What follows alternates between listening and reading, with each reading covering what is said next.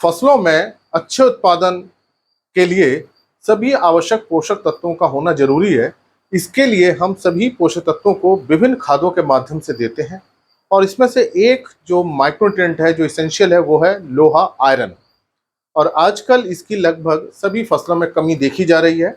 Iron के बहुत काम होते हैं पौधे के अंदर, खास तौर से जो क्लोरोफिल बनता है, पत्तियों का जो हरा रंग होता है, उसको बनाने में लोहा बहुत काम करता है। इसके साथ साथ लोहे के पौधे के अंदर बहुत सारे काम होते हैं, जिससे पौधे की वृद्धि बहुत अच्छी होती है। अगर इस लोह तत्व की, आयरन की अगर कमी होती है तो पौधे का विकास अच्छी तरह से नहीं हो पाता है। तो इसलिए हमें मिट्टी की जांच कराते रहना चाहिए और देखना चाहिए कि इस तत्व की कितनी कमी हो रही है तो हम उसका फिर उर्वरकों का इस्तेमाल करें। ये एक माइक्रोन्यूट्रिएंट है, सूक्ष्म पोषक तत्व है। इसकी आवश्यकता पौधे को बहुत ज़्यादा नहीं होती है। अगर आप इसका ज़्यादा प्रयोग करेंगे तो पौधे के अंदर इसके विपरीत प्रभाव आ सकते हैं। इसलिए जो माइक्रोन्यूट्रिएंट्स हैं उनका बहुत सोच समझ के हमें प्रयोग करना चाहिए। अगर कमी है तभी करें, अगर कमी नहीं है और आप उसका अधिकता में प्रयोग कर दे रहे हैं तो फसल पर उसका उल्टा असर होने लगता है और उपज कम मिलती है। तो जितने भी माइक्रोन्यूट्रिएंट्स हैं, जिंक है, कॉपर है, आयरन, मैग्नीज, बोरोन, इनका बहुत सोच समझकर प्रयोग करना चाहिए। अननेसेसरी आप इसका प्रयोग करेंगे तो उल्टे रिजल्ट्स मिल सकते हैं। अब बात करते हैं कि जो आयरन वाले उर्वरक हैं उनका हम अधिकतम लाभ कैसे ले सकते हैं।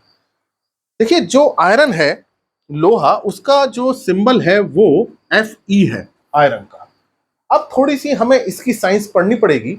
पौधे जो लोहे को लेते हैं वो आयन फॉर्म में लेते हैं, तो अब ये अपना रूप पानी में जाकर के मिट्टी में बदलता रहता है। तो इसके एक ए रूप होता है जिसमें 2 प्लस होते हैं और एक रूप ये होता है जिसमें 3 प्लस होते हैं। इसको हम फेरस बोलते हैं, इसको हम फेरिक बोलते हैं। अब ये रूप बदलते रहते हैं।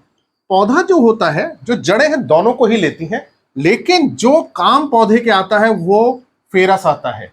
तो मिट्टी में हमने कोई उर्वरक डाला आयरन वाला जिसमें लोहा है, वो दोनों ही फॉर्म में है, फेरस में भी है, फेरिक में भी है। जड़ों ने दोनों को ही ले लिया, फेरस को भी ले लिया, फेरिक को भी ले लिया।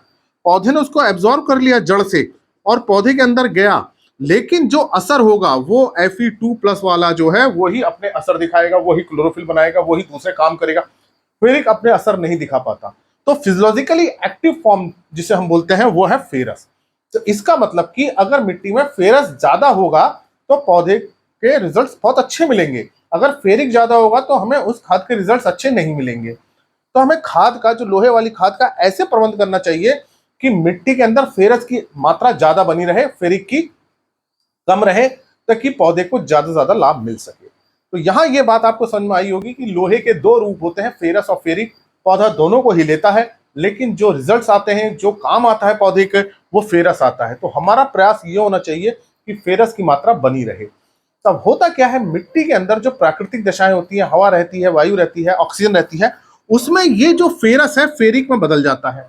तो मिट्टी के अंदर नेचुरल प्रोसेस है और इसको फेरस से फेरिक में बदलने के लिए ऑक्सीजन की जरूरत होती है। तो ऑक्सीजन की प्रेजेंस में O2 मिट्टी के अंदर है ही, तो फेरिक बदल जाता है। अब ये फेरिक पौधा लेगा, लेकिन हमारे उसका आयरन का असर नहीं आएगा। तो हम आयरन वाली खाद तो डाल रहे हैं, फेरस भी डाल रहे हैं, लेकिन ये फेरस किस में बदल जा रहा है, फेरिक में बदल जा रहा है।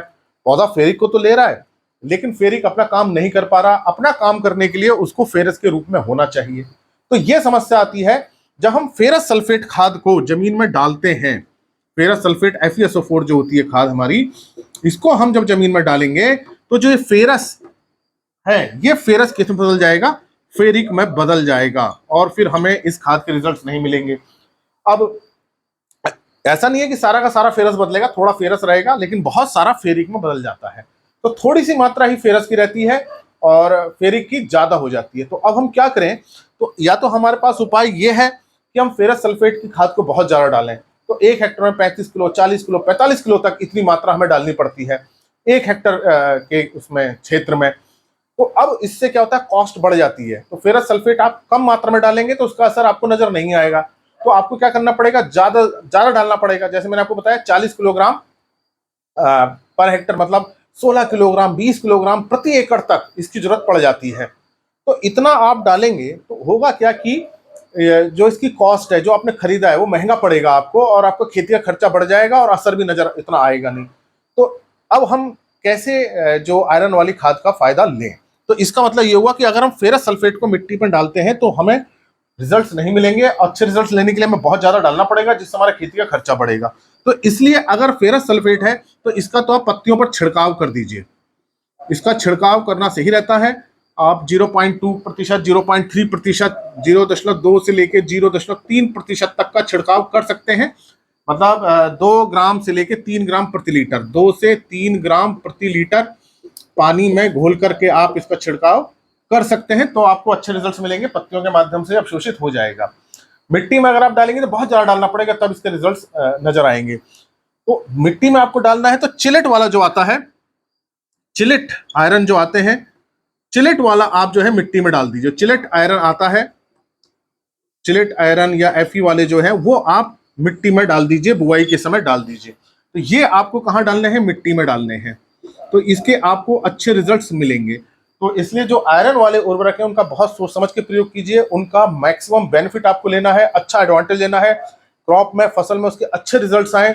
इसलिए जरूरी है कि हम उसको सही तरीके से प्रयोग करें। जो चिलेट वाले होते हैं उसमें फेरस में रहता है और वो फेरिक में नहीं बदलता, पौधे उसको ऐसे ही ले लेते हैं। तो चिलेट के अंदर ये समस्या नहीं होती। जैसे आपका ईडीटीए वाला आता है या दूसरे आते हैं, वो उसमें जो बंधा रहता है आयरन उसके अंदर फेरस में रहता है, तो वो फेरिक में नहीं बदल पाता और पौधा उसको ऐसे ही ले लेता है। तो चिलेट वाले का ये फायदा होता है कि उसके अंदर का जो फेरस है वो फेरिक में नहीं बदल पाता, क्योंकि उस चिलेट के साथ बंधा हुआ है। तो चिलेट का सबसे बड़ा एडवांटेज यही है कि वो फेरिक में कन्वर्ट नहीं होता और पौधे को उसका पूरा लाभ मिल जाता है। तो फेरस सल्फेट को आप मिट्टी में डालेंगे तो आपको बहुत ज्यादा डोज डालनी पड़ेगी। इसलिए हम ये कोशिश करते हैं कि मिट्टी में हम चिलेट वाला डाल दें और फेरस वाले को हम छिड़काव कर दें। तो आप अगर ये आयरन वाले उर्वरकों का प्रयोग कर रहे हैं, तो अगर आप ये तरीका अपनाते हैं तो आप देखेंगे कि क्रॉप को उसके अच्छे बेनिफिट्स मिलेंगे। पौधे के अंदर क्लोरोफिल अच्छा बनेगा, उसके अंदर हरापन बना रहेगा, पौधे की वृद्धि में ये सहायक होगा, उसके अंदर ड्राई मैटर अच्छा बनेगा, फोटोसिंथेसिस अच्छी होगी और उसकी उपज भी आपको अच्छी मिलेगी। तो अच्छे रिजल्ट्स लेने के लिए आप ध्यान रखें कि हमें किस तरह से आयरन वाले जो हैं उर्वरक उनका किस तरह से प्रयोग करना है। इसलिए चिलेट वाले को आप बुआई के समय डालें तो बहुत अच्छा एडवांटेज मिलेगा, और फेरस सल्फेट का आप छिड़काव कर देते हैं पत्तियों पर, एक छिड़काव कर दें, 2 कर दें, तो आपको अच्छे रिजल्ट्स मिलेंगे। इसी प्रकार के लेक्चर्स को देखने के लिए आप कृषि किसान प्लेलिस्ट देखिए, उसमें मैं हिंदी में चर्चा करता हूं। और अगर चैनल सब्सक्राइब नहीं किया तो सब्सक्राइब कीजिए। धन्यवाद।